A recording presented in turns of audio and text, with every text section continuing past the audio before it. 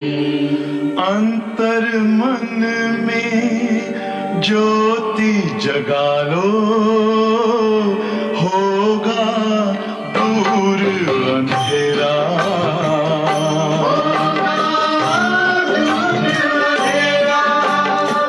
शिव का कर लो ध्यान, आ रहा पावन पुण्य सवेरा।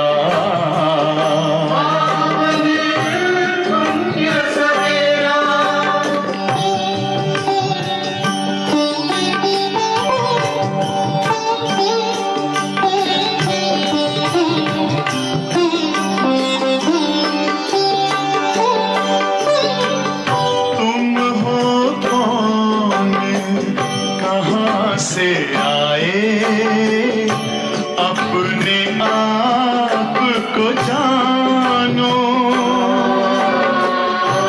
राजयोग के द्वारा अपना परम पिता पहचानो।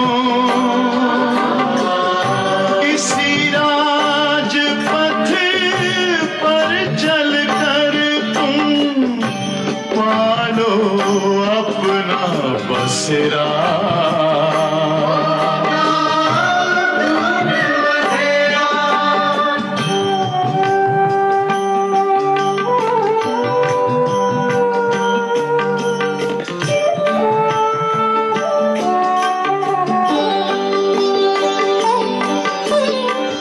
तुम हो आत्मा तन से न्यारे, परमात्मा को प्यारे।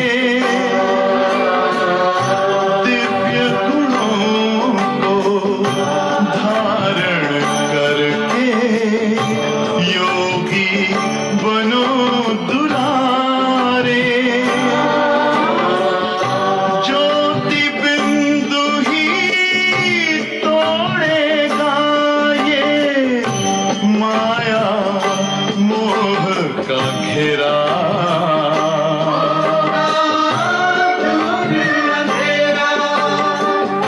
अंतर मन में ज्योति जगा लो, होगा दूर अंधेरा।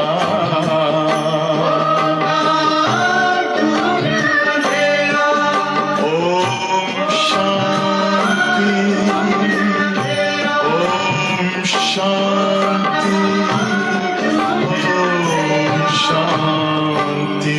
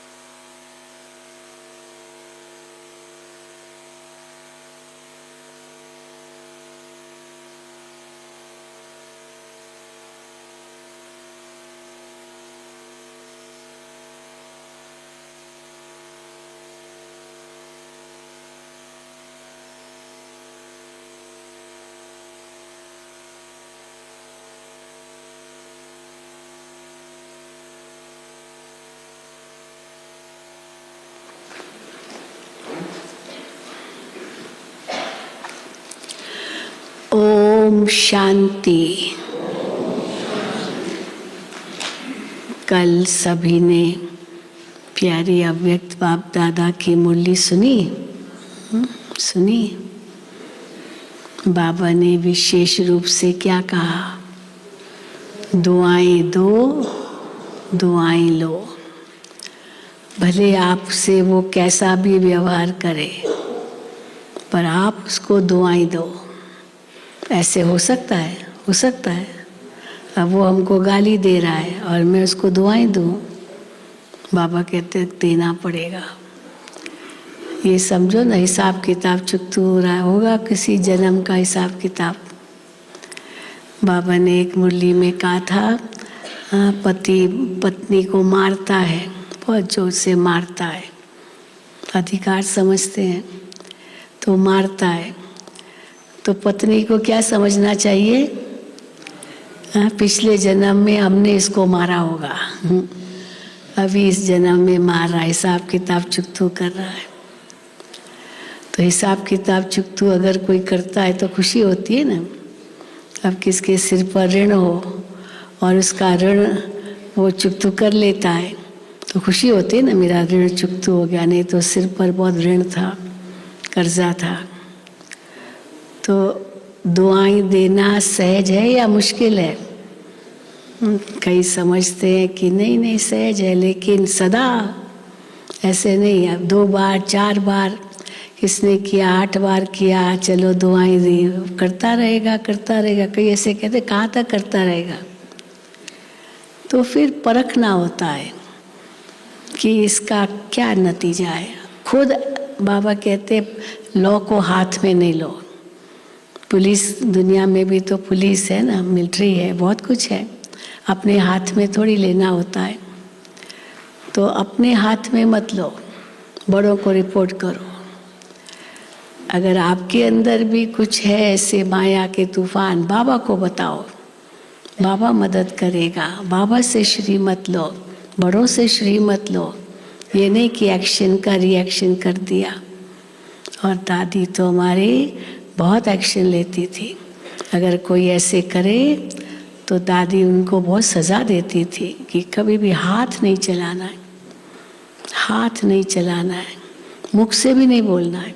बड़ों को कहो चलो कुछ भी नहीं करते हैं, छोड़ दो, अपना विकर्म क्यों बनाते हो? विकर्म बनता है, और ब्राह्मण अगर विकर्म बनाए तो 100 गुना सजा है। लौकिक में कोई करते तो 1 गुना, समझ है तो भी करते तो क्या कहेंगे, 100 गुना सजा। तो कल बाबा ने बच्चों को सावधान किया। सवेरे की मुरली भी बाबा की पूरी श्रीमत पर थी, पूरी श्रीमत। आज भी बाबा ने बहुत श्रीमत दी है। सबसे बड़ी श्रीमत बाबा क्या कहते हैं? तुम 8 घंटा लौकिक सेवा करते हो, लौकिक जॉब करते हो, उस गवर्नमेंट की नौकरी करते हो, या जिसकी भी जो भी जॉब है आपका, नौकरी करते हो, तो 8 घंटा तो कम से कम बाबा को दो ना। 8 घंटा भले आराम करो जो कुछ है, पर 8 घंटा बाबा को दो। अब 8 घंटा बाबा को देने का मतलब ये नहीं 8 घंटा बैठ जाओ बस योग करना है, वो तो नहीं होगा। पर ज्ञान का शंख भी बजाओ, सेवा भी करो, स्वदर्शन चक्र भी घुमाओ, हाँ, याद भी करो, औरों को बाबा का परिचय भी दो। ये सब 8 घंटा ये बाबा का कार्य है। और सेवा भी मनसा वाचा कर्मणा 8 घंटा, कम से कम 8 घंटा। तो ऐसे नहीं 8 घंटे का चार्ट बना बस योग में ही बैठना है, नहीं, चारों सब्जेक्ट्स है। तो आज बाबा ने बहुत कुछ श्रीमत पर कहा है। कितनी बार बाबा ने श्रीमत शब्द कहा है, तो सुनेंगे बाबा के महावाक्य। आज 3/3/2023 है। मीठे बच्चे जब स्वच्छ पौधों पर 5 विकारों की मैल चढ़ती है तब भ्रष्टाचार बढ़ता है। अब तुम्हें श्रेष्ठाचारी बनना और बनाना है। देवता बन रहे हैं तो देवताओं के क्या लक्षण होते हैं? हाँ, बाबा कहते हैं वो लक्षण धारण हो ना। तो मीठे बच्चे, जब स्वच्छ पौधों पर 5 विकारों की मैल चढ़ती है तब भ्रष्टाचार बढ़ता है। अब तुम्हें श्रेष्ठाचारी बनना और बनाना है। प्रश्न है, श्रेष्ठ बनने के लिए श्री श्री शिव बाबा की श्रेष्ठ मत कौन सी मिलती है? श्री बन रहे हैं, देवता बन रहे हैं, तो श्री श्री शिव बाबा उसके लिए क्या श्रीमत देते हैं? उत्तर है, श्रेष्ठ बनने के लिए बाप की श्रीमत मिलती है। बच्चे, कम से कम 8 घंटे मेरी सर्विस पर रहो। 8 घंटा भल उस गवर्नमेंट की सर्विस करो, लेकिन 8 घंटा मुझे दो। अभी कैसे देंगे बाबा को 8 घंटा? 8 घंटा मुझे याद करो, वह स्वदर्शन चक्र फिराओ, साथ साथ शंख ध्वनि करो। ये चारों ही सब्जेक्ट्स जो बाबा ने दिए हैं, वो चारों सब्जेक्ट्स वो 8 घंटे में कवर करो। साथ साथ शंख ध्वनि करो। सबको कहो कि गृहस्थ व्यवहार में रहते कमल फूल समान रहकर बाप से वर्षा लो। ये सेवा करो। हर एक अपने से पूछे, 8 घंटा सेवा होती है? चाहे ज्ञान, योग, धारणा, सेवा, मनसा वाचा कर्मणा, ये सब सेवा है। 8 घंटा। गीत है, गीत भी बहुत सुंदर है, बहुत पुराना गीत है। किसने ये सब खेल रचाया, किसने ये सब साज सजाया, अपने आप सभी कुछ करके अपना आप छिपाया। ये गीत है। और उसमें आगे आता है, कोमल कोमल प्यारे पौधे, हम सब कोमल कोमल प्यारे पौधे हैं, इनके ऊपर आकर छिड़की रंग रूप की माया।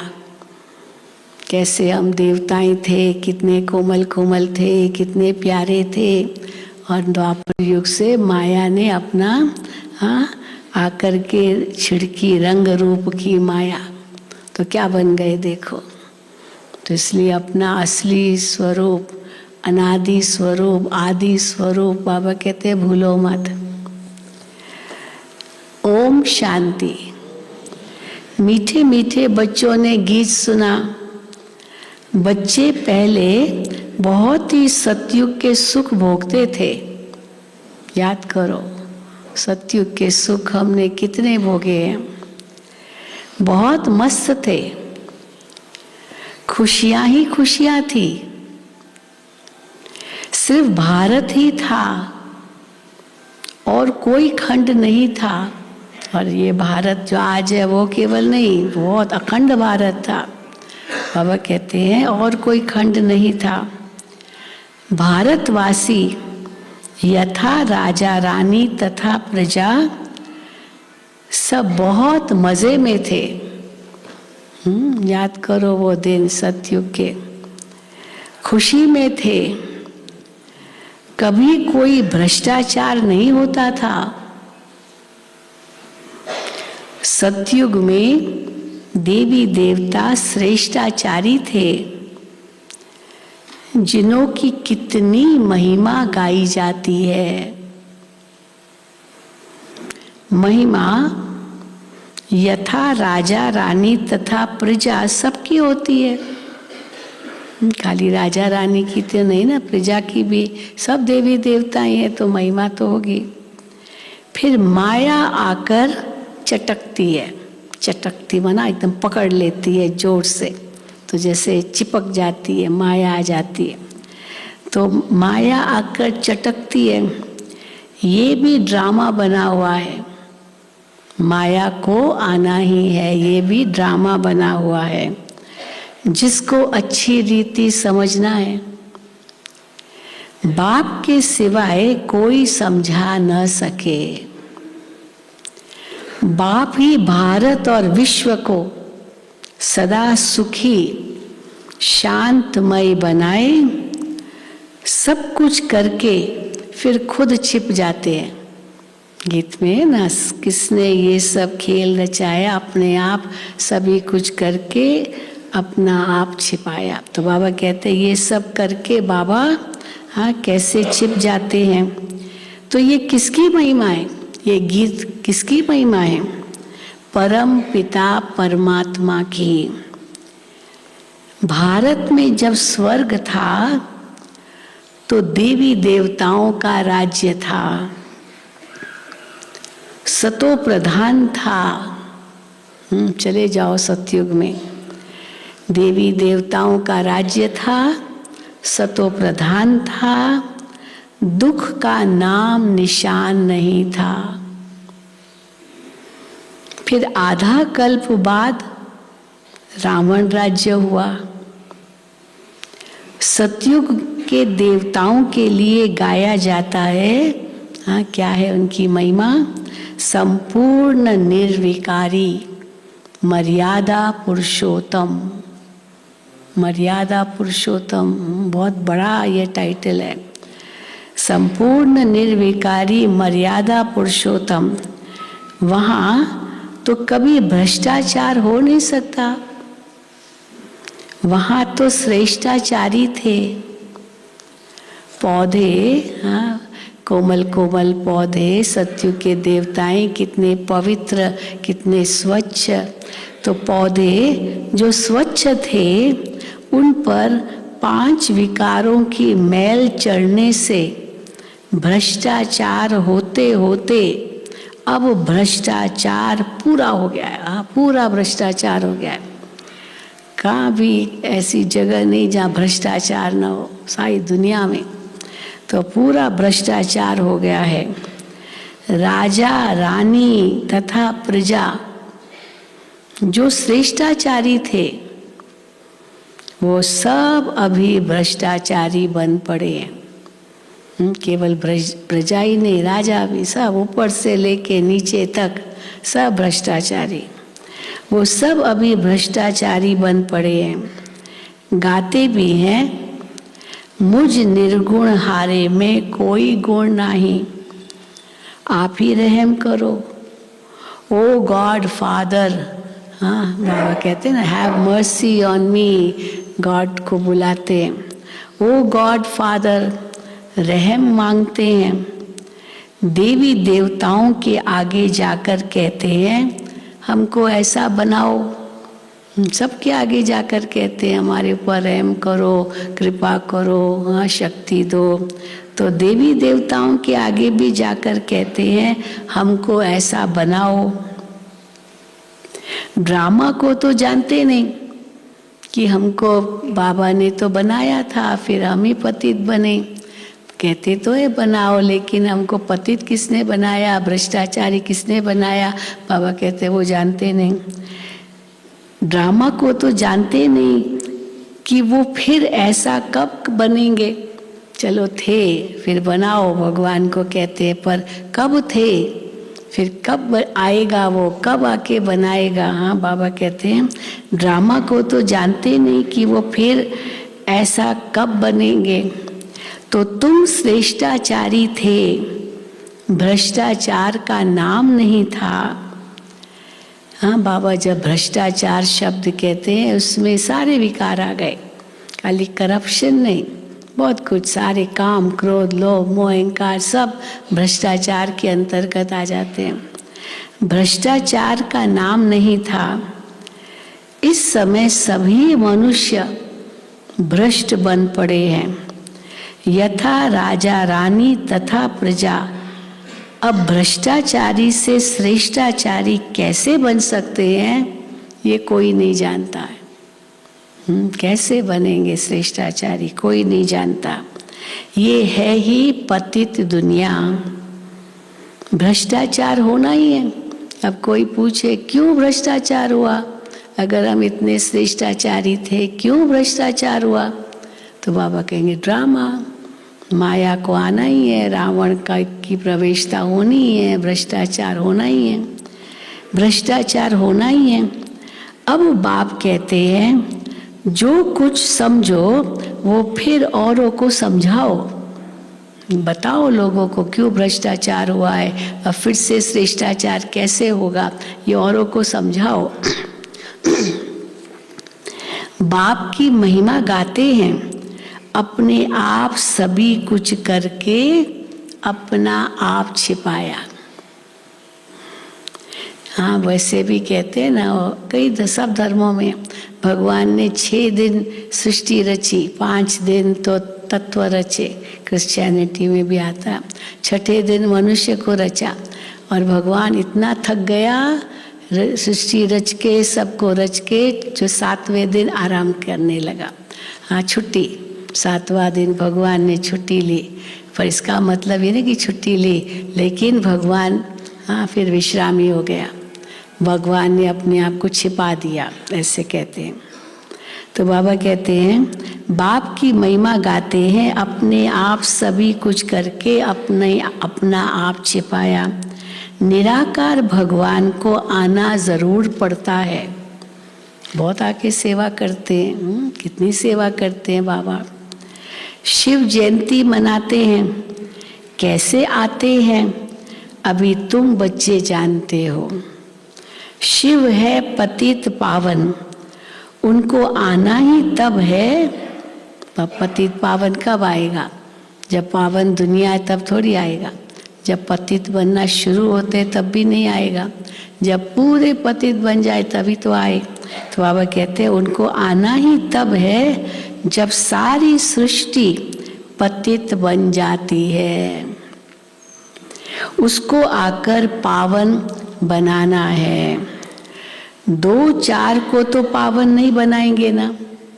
बाबा किसको बनाएंगे? 2-4 को थोड़ी पावन बनाएंगे, सारी सृष्टि को पावन बनाना है। 2-4 को तो पावन नहीं बनाएंगे ना। यथा राजा रानी तथा प्रजा पावन थे, फिर अब यथा राजा रानी तथा प्रजा पतित है। अभी तो राजा रानी है नहीं, यथा राजा रानी तथा प्रजा कहते हैं, लेकिन अभी इस समय तो कोई राजा रानी है ही नहीं। प्रजा का प्रजा पर राज्य है, सब प्रजा का प्रजा पर, प्रजा ही बनाती है, प्रजा ही वोट देती है, प्रजा ही अपना चुनती है। तो बाबा कहते हैं प्रजा का प्रजा पर राज्य है। जानते हैं राजे लोग थे, और भारत में तो बहुत राजे लोग थे। हाँ, राजे लोग थे, अब उन्हों की राजाई है नहीं।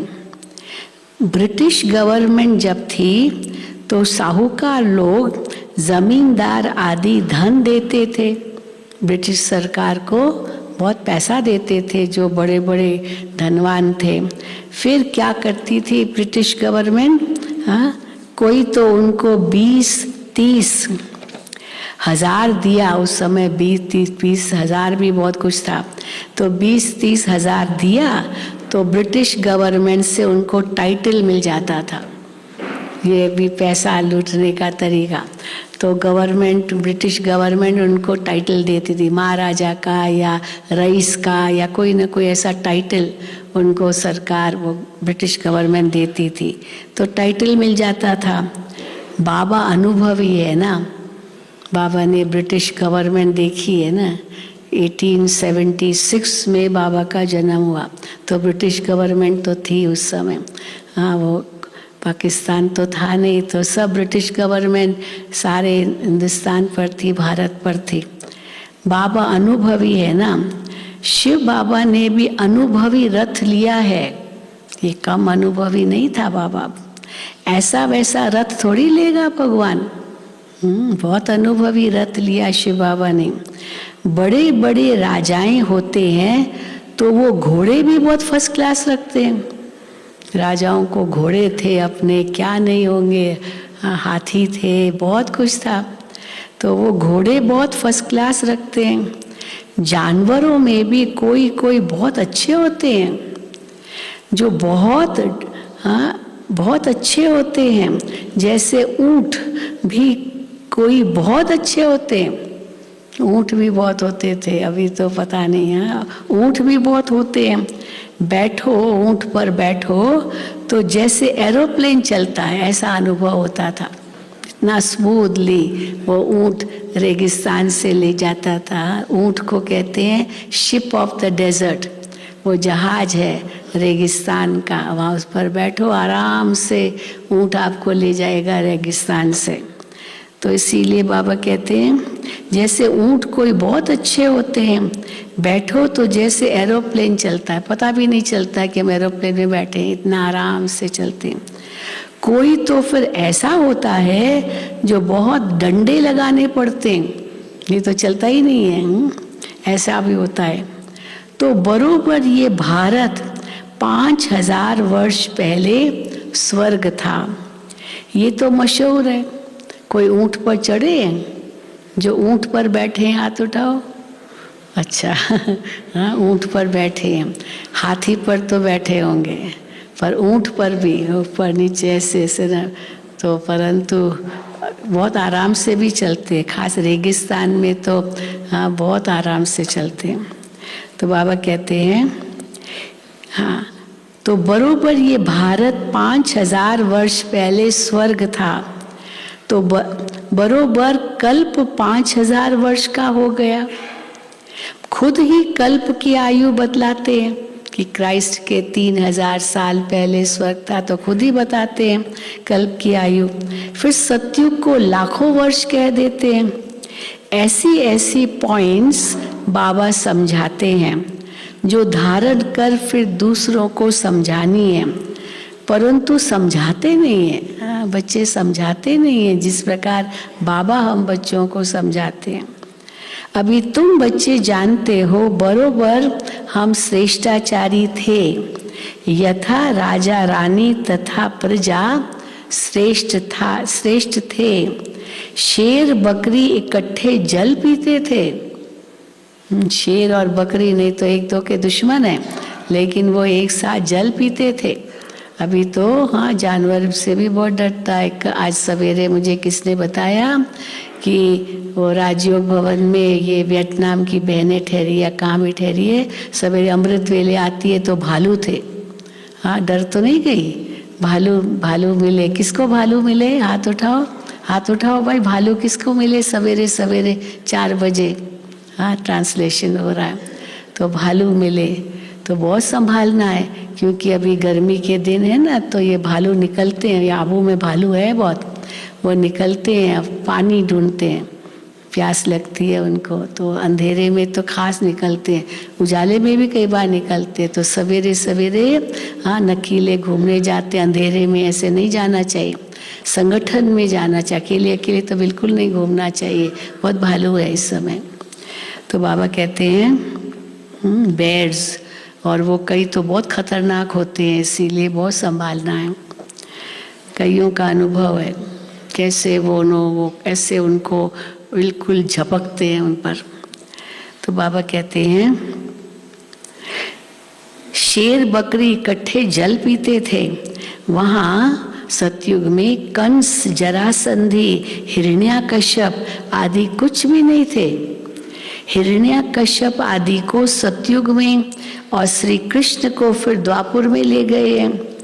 हाँ राम कैसे कृष्ण को द्वापुर में ले गए, कितने उसने क्या नहीं, कितने असुरों को मारा दिखा दिया है। रावण को फिर त्रेता में ले जाते हैं। सब असुरों के अलग अलग नाम दे देते हैं। कुंभकर्ण आदि भी सब असुरों के ही नाम हैं। अभी है आसुरी संप्रदाय, अर्थात आसुरी मत पर चलने वाले। अभी बाप आकर के श्रीमत देते हैं, जिससे तुम ब्राह्मण से देवता बनते हो। परम पिता परमात्मा ब्रह्मा के मुख कमल से ब्राह्मण, देवता और क्षत्रिय धर्म की स्थापना करते हैं। दूसरा कोई धर्म वहाँ होता नहीं। सतयुग त्रेता में तो दूसरा कोई धर्म स्थापन नहीं हुआ, एक ही देवी देवता धर्म था। पर जैसे द्वापर आया उसके बाद दूसरे दूसरे धर्म स्थापन हुए। तो सतयुग त्रेता में तो दूसरा कोई धर्म स्थापन हुआ ही नहीं। दोनों युगों की एज भी एक जैसी है, 1250 वर्ष। सतयुग 1250, त्रेता 1250। सतयुग में दैवी राज्य, त्रेता में क्षत्रिय राज्य, सूर्यवंशी और चंद्रवंशी। ये सूर्यवंशी और चंद्रवंशी राजधानी किसने स्थापन की? क्या ऐसे कहेंगे कि चंद्रवंशी राजधानी राम ने स्थापन की? श्री राम ने स्थापन की चंद्रवंशी राजधानी। और फिर सूर्यवंशी राजधानी लक्ष्मी नारायण ने स्थापन की। सतयुग की राजधानी लक्ष्मी नारायण ने स्थापन की और त्रेता की राजधानी श्री राम ने स्थापन की। बाबा कहते हैं नहीं, दोनों ही स्थापन करने वाला परम पिता परमात्मा है। दोनों ही राजाइया इस संगम पर ही स्थापन होती है बाप द्वारा। तो नहीं, दोनों ही स्थापन करने वाला परम पिता परमात्मा है। स्वर्ग का रचयिता है बाप। सतयुग त्रेता की राजाई रची है। हाँ, बाबा ने सतयुग त्रेता की राजाई रची है। गाया भी जाता है, परम पिता परमात्मा ब्रह्मा मुख से ब्राह्मण देवता और क्षत्रिय धर्म रचते हैं। बाप कहते हैं ये जो तुमको मैं ज्ञान सुनाता हूँ ये फिर प्रायलोप हो जाएगा। अभी जो बाबा हमें इतना ज्ञान देता है, सतयुग में इस ज्ञान की दरकार ही नहीं है। प्रारब्ध मिल गई, फिर क्या दरकार इस ज्ञान की, तो ये गुम हो जाता है। बस अभी संगम पर ही ये ज्ञान जो बाबा देते हैं वो रहता है। ये फिर प्रायलोप हो जाता है। इस्लामी, बोधि आदि जो धर्म स्थापन करके गए हैं उनका तो नाम रूप देश काल आदि तो नहीं भूलेंगे। सबको पता है क्राइस्ट ने जो ज्ञान दिया, मोहम्मद ने ज्ञान दिया, अब्राहम ने दिया, वो सब किताबें हैं, उनकी पुस्तकें हैं, तो वो तो भूलेंगे नहीं उनको तो सब जानते हैं ना। ये देवता धर्म मैं कैसे स्थापन करता हूँ ये ज्ञान सब भूल जाएंगे। द्वापर में फिर कितने धर्म स्थापन हो जाते हैं। एक ही इस्लामी बौद्धी धर्म में ये सैकड़ों हो गए हैं। हर धर्म की इतनी शाखाएं हैं, उपशाखाएं हैं, इतने उनके मठ पंथ भी बहुत बढ़ गए हैं। हर धर्म में, ऐसे नहीं कि खाली हिंदू धर्म में, सब धर्मों में फिर आपस में लड़ते रहते हैं। हमने तो अमेरिका में देखा, चर्चेज इतनी अलग अलग है। ऑर्थोडॉक्स चर्च है, ये कैथलिक चर्च है, ये फलानी चर्च है, तो उसके लोग उस चर्च में नहीं जाएंगे, उस चर्च में नहीं जाएंगे, सब अपने ही चर्च में जाएंगे। ऐसे भी है इस्लाम धर्म में भी, ऐसे ये सब धर्मों में।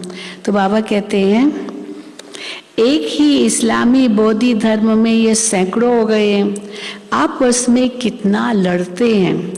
अभी तुम जानते हो बाबा कैसे सब कुछ करके अपने आप को छिपा लेता है। इसलिए सतयुग त्रेता में भगवान को कोई नहीं जानता। जिसने इतना सब कुछ दिया उसको कोई याद भी नहीं करता, तो जानता भी नहीं। तो द्वापर से भी ढूंढते रहे, पर कहाँ जानते, अभी तक तो नहीं जाना जब तक बाप स्वयं ना आए। तो बाबा कहते हैं अपने आप को छिपा लेता है।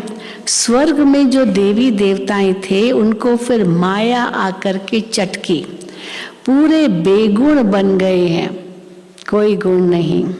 गाते भी हैं मुझ निर्गुण हारे में कोई गुण नहीं। तब तो गुणवान देवताओं की पूजा करते हैं। बड़े बड़े राजाओं के पास अंदर महलों में ही मंदिर रहते हैं। राजाएं तो प्रजा के मंदिरों में तो नहीं जाएंगे ना, प्रजा के लिए बनाते रहे, लेकिन अपने लिए अपने ही महल में ही मंदिर बनाते थे, पूजा करते हैं। ऐसा कोई राजा नहीं होगा जिसके पास मंदिर न हो उनके महल में।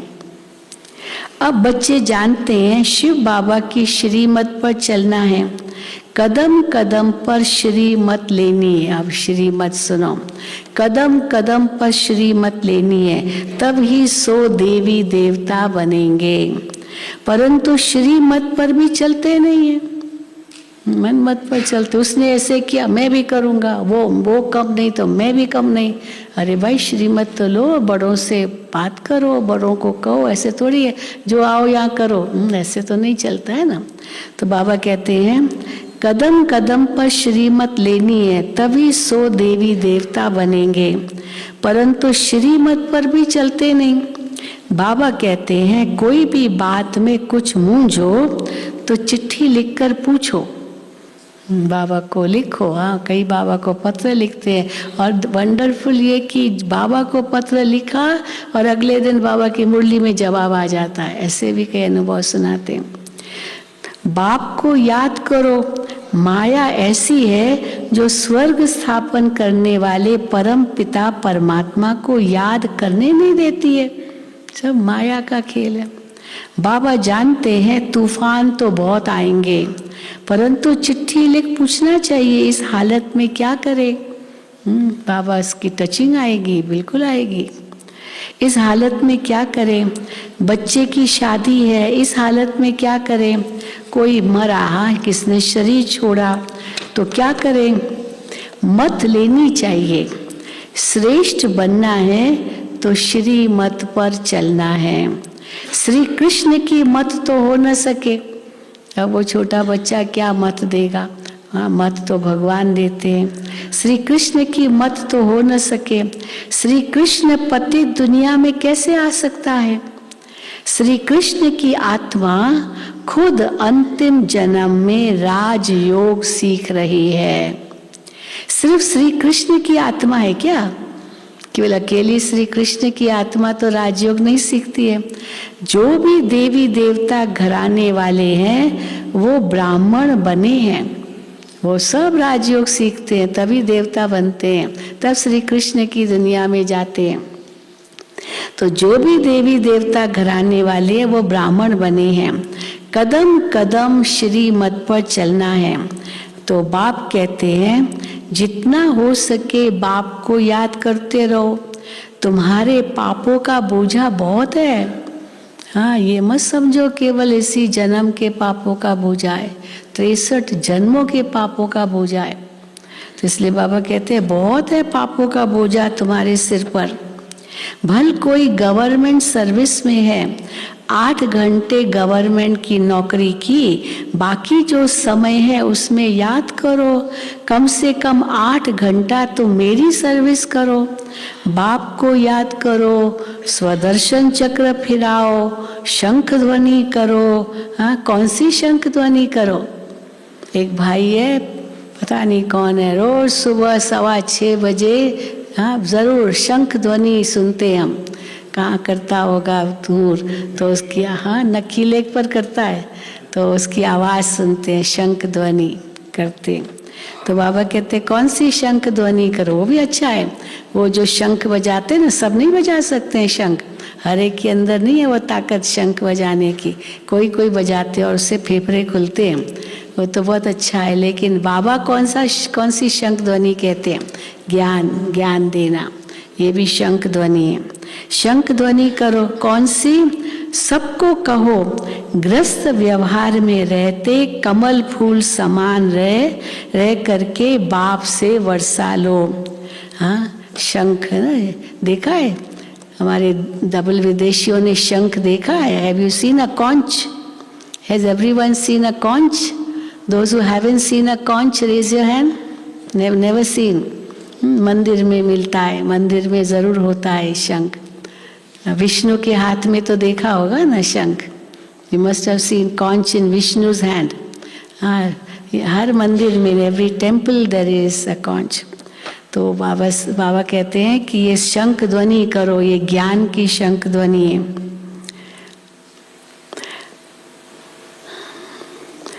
तो क्या शंख ध्वनि करो, सबको कहो कि ग्रस्त व्यवहार में रहते कमल फूल समान रह करके बाप से वर्षा लो।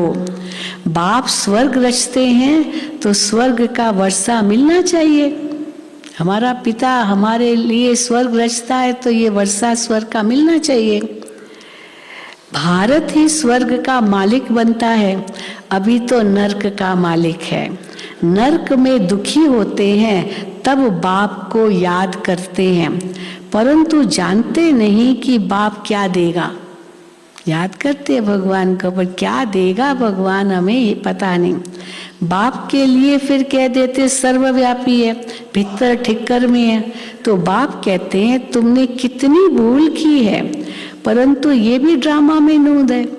भूल करना भी ड्रामा में नूंद है, भगवान को भूलना भी ड्रामा में नूंद है। हाँ, सब ड्रामा में नूंद है। अब उनसे बाहर निकलो, अब इस भूल से बाहर निकलो। ये भक्ति आदि करते करते तुम तंग हो गए हो, कितना भटके, हाँ तंग हो गए हो। अभी भक्ति भी व्यभिचारी हो गई है। मौत आकर सामने खड़ा है तो श्रीमत पर चलना चाहिए, परंतु बच्चे ऐसे बाप को भूल जाते हैं। माया रावण का राज्य कैसे चलता है ये भी कोई जानते नहीं। रावण का बुत जलाते हैं, ये पीछे रिवाज निकला है। द्वापुर के आदि में भी नहीं होगा रिवाज, ऐसे नहीं कि द्वापुर के आदि से कोई रावण का बुत जलाया होगा। ये तो पीछे रिवाज निकला है। रावण को जलाते हैं, परंतु हर वर्ष रावण बड़ा होता जाता है। पहले छोटे छोटे रावण जलाते थे, फिर बड़े बड़े जलाने लगे। या माउंट आबू में भी यहाँ पे रावण की वो स्थान बना है, रावण की पहाड़ी बना, वहाँ पर वो रावण को जला, छोटा सा 10 फीट भी नहीं होगा। फिर धीरे धीरे बड़ा होता गया, तो अभी वो पोलो ग्राउंड में जलाना शुरू कर दिया रावण, इतना बड़ा बनाते। तो बाबा कहते हैं माया रावण का राज्य कैसे चलता है ये भी कोई नहीं जानते।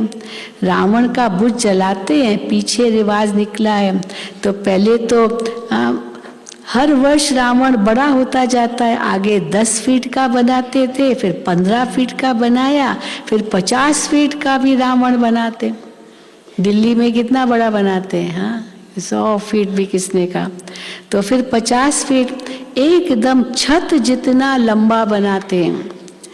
बुद्ध की भी बहुत बड़ी बड़ी मूर्तियाँ, बुद्ध के बड़े बड़े वो बनाते हैं। बर्मा में हमने देखा, पूरा जितना ये ओम शांति भवन है ना, इतना बड़ा हॉल है, और वहाँ पर लेटा हुआ बुद्ध, हाँ पूरा पूरा एकदम इतना बड़ा, आप सोचो लेटा हुआ। तो ऐसे बड़े बड़े बुद्ध बगीचों में आप जाएंगे ना ईस्ट के तरफ, वहाँ पर ऐसे है। तो बुद्ध की मूर्तियाँ बहुत, बुद्ध का भी बहुत बड़ा चित्र बनाते हैं। अब इतने बड़े मनुष्य तो होते नहीं, जास्ती में जास्ती मनुष्य 6 फीट होगा। चलो बहुत लंबा है तो 6.5 फीट, उसको तो बहुत प्रॉब्लम होती है, क्योंकि सब छतें तो इतनी लंबी है नहीं, तो सारा टाइम उनको सिर झुकाना ही पड़ता है, दूसरों के आगे भी सिर झुका के ही बात करना पड़ता है। तो बाबा कहते हैं सब जास्ती से जास्ती मनुष्य 6 फीट होंगे।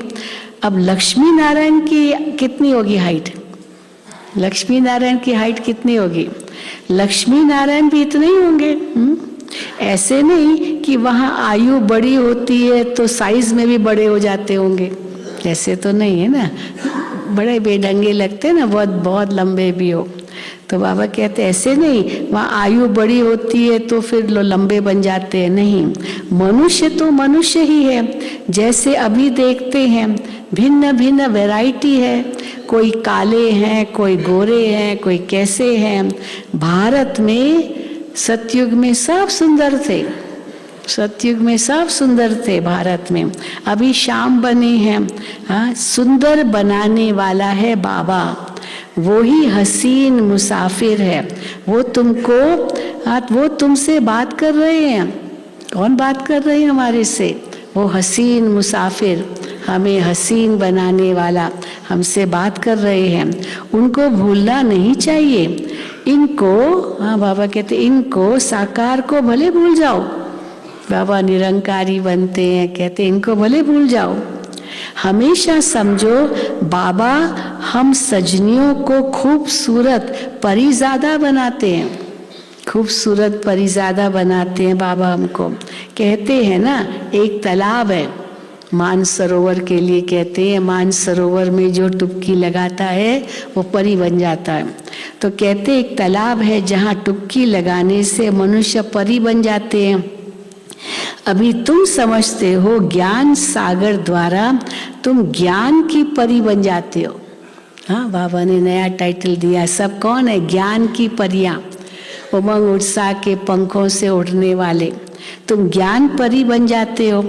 अभी तो नर्क की परी हो ना, नर्क की परी हो। भले कोई कितनी भी सुंदर हो मान लो, तो वो नर्क की परी होगी ना, स्वर्ग की परी थोड़ी होगी। अभी तो नर्क की परी हो ना। भले कितना भी कोई फैशन करे, पाउडर आदि लगावे, फिर भी है तो नर्क में ना।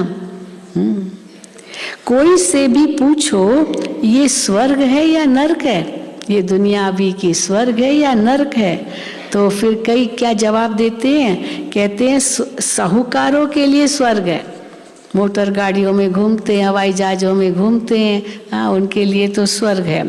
अब स्वर्ग नर्क को भी जानते नहीं है वास्तव में स्वर्ग नर्क क्या है। तो श्रीमत का ख्याल रखना चाहिए। श्रीमत को भी जानते नहीं। जिसने इतना श्रेष्ठ बनाया उनका नाम रूप ही गुम कर दिया है। गाते हैं तुम मात पिता हम बालक तेरे। अब माता किसको कहा जाता है ये तुम जानते हो जरूर। जिसमें बाप प्रवेश कर रचना रचते हैं उनको माता कहेंगे। किनमें प्रवेश कर रचना रचते हैं? ब्रह्मा। तो देखो ब्रह्मा, उसमें भी माँ शब्द आता है, बिना माँ के यहाँ ब्रह्मा भी नहीं ना।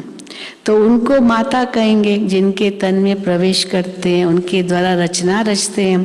यहाँ तुम समझते हो हम प्रजापिता ब्रह्मा की मुख वंशावली है। शिव बाबा के पोतरे पोतरियां हैं, तो बाप के भी नाम हैं। हाँ, बाप के भी नाम है। शिव बाबा के कितने नाम हैं। बीच में बाप दलाल जरूर चाहिए, फिर ये भी बाप है। ये भी दलाल जरूर चाहिए। जो तुम पोतरे पोतरियां कहलाओ ये भी बाप है। तो फिर ब्रह्मा का बाप शिव बाबा, तब हम शिव बाबा के पोतरे पोतरियां कहलाते हैं, क्योंकि ब्रह्मा के बच्चे बन जाते हैं। तो तुम पोतरे पोतरियां कहलाओ। दादे से वर्षा लो, ग्रैंडफादर का हक तो डायरेक्ट मिल जाता है पोतरे पोतरियों को। तो ये दलाल है ब्रह्मा, इनसे वर्षा नहीं मिल सकता है। ब्रह्मा बाबा से वर्षा नहीं मिल सकता है। इनको भी वर्षा शिव बाबा से लेना है, शिव बाबा की मत पर चलना है इनको भी। तुम्हें ब्रह्मा के द्वारा शिव बाबा से वर्षा मिलता है, परंतु बाबा कहते हैं तुम इनको भी भूल जाओ, ब्रह्मा को भी भूल जाओ। शिव बाबा से तुमको मत लेनी है। शिव जयंती मनाते हैं परंतु बिल्कुल जानते नहीं। स्वर्ग बनाने वाला बाप का यादगार गुम कर दिया है। नरक बनाने वाले का, हाँ, स्वर्ग बनाने वाले बाप का यादगार गुम कर दिया और नरक बनाने वाले का यादगार रख दिया है। रावण जो नरक बनाता है उसके इतने बड़े बड़े बुत बनाते हैं, तो वो यादगार रख दिया है। दिन प्रतिदिन भ्रष्टाचार होता जाता है, बढ़ता जाता है। कोई को अगर क्रोध आता है, फिर बाबा याद दिलाते, कोई को अगर क्रोध आता है तो समझना चाहिए कि हमारे में ये भूत है। अब भूत से तो सब डरेंगे, कौन भूत के आगे जाएगा। तो अगर क्रोध आता है तो समझना चाहिए हमारे में यह भूत है। फिर हम श्रेष्ठाचारी कैसे कहला सकते हैं? तुम्हें श्रेष्ठाचारी बनने का ही पुरुषार्थ करना है। अंडरलाइन, हाँ, मुरली का सार, श्रेष्ठाचारी बनने का पुरुषार्थ जरूर करना है। सबसे बड़ी श्रीमत। अच्छा, मीठे मीठे सिक्की दे बच्चों प्रति माता पिता बाप दादा का याद प्यार और गुड मॉर्निंग। रूहानी बाप की रूहानी बच्चों को नमस्ते। हम रूहानी बच्चों की रूहानी बाप दादा को याद प्यार, गुड मॉर्निंग और नमस्ते। धारणा के लिए मुख्य सार। पहला, बाप की याद और ज्ञान सागर के ज्ञान से सुंदर परी बनना है। बाप की याद और ज्ञान सागर के ज्ञान से सुंदर ज्ञान परी बनना है। आज से नया टाइटल अपने पर रखो, मैं ज्ञान परी हूँ। भाई भी ज्ञान परी है, परिजादा है, हाँ वो परिजादी, हाँ ऐसे बाबा कहते हैं। तो ज्ञान से सुंदर ज्ञान परी बनना है। कदम कदम पर शिव बाबा की मत जरूर लेनी है। दूसरा, श्रेष्ठाचारी बनने के लिए क्या करना होगा? श्रेष्ठाचारी बनने के लिए अंदर से भूतों को निकाल देना है। आज भी अगर कि अपने अंदर झांक के देखो, कोई भी भूत है, बाबा कहते हैं उसको निकाल देना है। कोई भी भ्रष्ट बनाने वाला काम नहीं करना है। वरदान, समस्याओं रूपी पहाड़ को, समस्याएं पहाड़ जैसी है, तो समस्याओं रूपी पहाड़ को उड़ती कला द्वारा सेकंड में पार करने वाले सहज पुरुषार्थी भव। हिमालय पर्वत जितनी बड़ी समस्या को भी पार करने के लिए उड़ती कला की विधि को अपनाओ।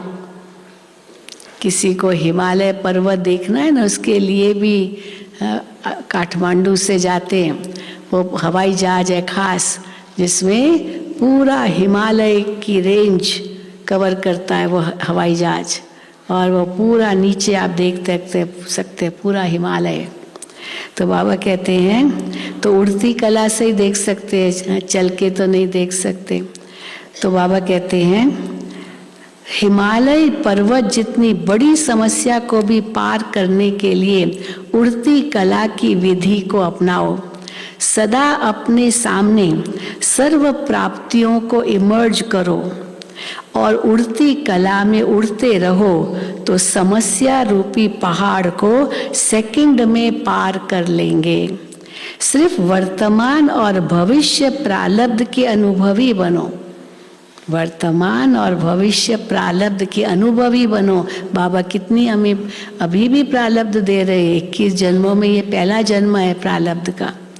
जैसे स्थूल नेत्रों द्वारा स्थूल वस्तु स्पष्ट दिखाई देती है, ऐसे बुद्धि के अनुभव के नेत्र द्वारा प्रारब्ध स्पष्ट दिखाई दे। तीसरे नेत्र से हमारी प्रारब्ध स्पष्ट दिखाई दे। हर कदम में पद्मों की कमाई जमा करते रहो। स्लोगन, जो सबका आदर करते हैं, सबको रिस्पेक्ट देते हैं, सबका आदर करते हैं, वही आदर्श मूर्त बनते हैं। तो आदर्श मूर्त बनना है तो सबका आदर करो, सबको रिस्पेक्ट दो, छोटे बड़ों को रिस्पेक्ट दो। हमारी मम्मा थी, वो छोटी बच्ची भी आएगी ना, बच्चा भी आएगा, मम्मा कभी नहीं कहती तुम नहीं, ये तुम क्या करते हो, तुम शब्द मम्मा के मुख से निकलता ही नहीं था। आप, हाँ, छोटे बच्चे को ही मम्मा आप कहती थी। हम लोग तो कह देते तुम, लेकिन मम्मा कभी नहीं। तो छोटे बच्चों को भी इतना रिस्पेक्ट देती थी। तो मम्मा बाबा ने इतना किया तो हम बच्चों को कितना करना है। हाँ, जो सबका आदर करते हैं वही आदर्श मूर्त बनते हैं। अच्छा, ओम शांति, ओम शांति। अभी हम सब बाबा की याद में बैठेंगे, उसके बाद डबल विदेशी भाई बहने बैठे रहेंगे। आपको आज का प्रोग्राम भी बताएंगे और कई अन्य कार्य सूचनाएं भी आपको देंगे।